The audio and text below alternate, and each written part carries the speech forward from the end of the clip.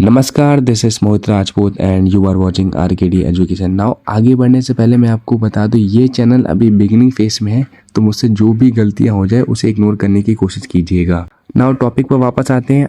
आज अगर आप ग्लोबल सिस्टम को ध्यान से देखें तो 1945 के बाद जो वर्ल्ड ऑर्डर बना था वो अब धीरे धीरे क्रैक होता दिख रहा है। और इसी पर बहुत बड़ा एक ऑब्जर्वेशन सामने आया इन्वेस्टर और थिंकर रे डेलियो का, जिनका कहना है कि दुनिया अब एक नया साइकिल के सबसे सेंसिटिव फेज में प्रवेश कर रही है।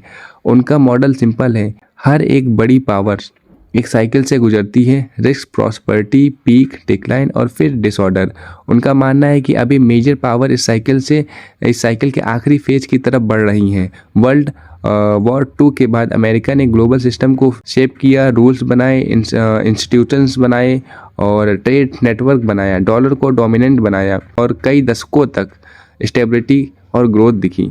लेकिन समय के साथ इंटरनल डेप्थ बढ़ा, इनइक्वालिटी बढ़ी, पॉलिटिकल डिवीज़न बढ़ा और इंटरनल लेवल पर नई पावर्स उठने लगी, खासकर चाइना। डेलियो का कहना है कि जब भी एक एस्टैब्लिश पावर कमज़ोर होती है और एक नई पावर तेज़ी से ऊपर आती है तो फ्रिक्शन बढ़ता है। यह हिस्ट्री में कई बार हुआ है।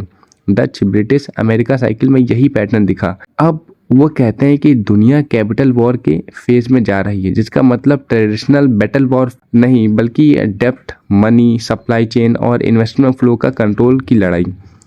अगर अमेरिका अपने कैपिटल को बाहर जाने से रोकने की कोशिश करता है, ट्रेड बैरियर्स बढ़ते हैं और टेक्नोलॉजी एक्सेस का रिस्ट्रिक्शन होती है, तो ग्लोबल मार्केट में लिक्विडिटी कम हो सकती है, स्टॉक मार्केट वोलेटाइल हो सकते हैं और देशों के बीच इकोनॉमिक ब्लॉक्स बनने लगते हैं।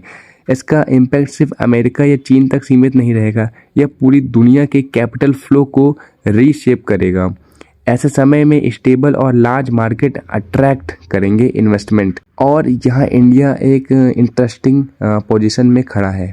पॉपुलेशन एडवांटेज, डिजिटल इकोनॉमी और मैन्युफैक्चरिंग पुश और जियोपॉलिटिकल बैलेंसिंग के कारण इंडिया को कैपिटल इनफ्लो मिल सकता है, लेकिन रिस्क भी उतना ही है। लेकिन अगर ग्लोबल शटडाउन आता है, एक्सपोर्ट डिमांड गिरती है या फाइनेंशियल वॉलेटिलिटी बढ़ती है तो प्रेशर भी महसूस होगा। आने वाले 2 से 3 साल इसलिए क्रिटिकल माने जा रहे हैं क्योंकि इसी दौरान तय होगा कि कैपिटल किन मार्केट्स में सुरक्षित महसूस करता है और किस डायरेक्शन में शिफ्ट करता है। डेलियो की वार्निंग यह नहीं है कि निश्चित रूप से कोई बड़ी वॉर होगी, बल्कि यह सिस्टम ट्रांजिशन में है और अनसर्टेनिटी बढ़ेगी। और ऐसे फेज में कंट्रीज की लीडरशिप, पॉलिसी स्टेबिलिटी और इकोनॉमिक रिलायंस सबसे बड़ा फैक्टर बनती है। सवाल अब यह नहीं है कि कौन सी सुपर पावर जीतेगी, बल्कि यह है कि कौन इस ट्रांजिशन को स्मार्ट तरीके से नेविगेट करेगा,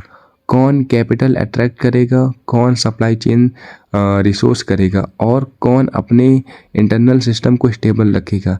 ऐसे दौर में इंडिया के सामने मौका भी है लेकिन परीक्षा भी है। क्या इंडिया इस शिफ्टिंग ग्लोबल ऑर्डर में एक स्टेबल इन्वेस्टमेंट हब बन पाएगा या ग्लोबल शॉक्स का इम्पैक्ट यहाँ भी गहराई से महसूस होगा। आने वाले वर्षों में सबसे बड़ा स्ट्रैटेजिक सवाल यही रहेगा कि बदलती ग्लोबल पावर डायनेमिक के बीच इंडिया अपनी इकोनॉमी और जियोपॉलिटिकल पोजीशन को कितना तेज़ी से, समझदारी से मजबूत करता है।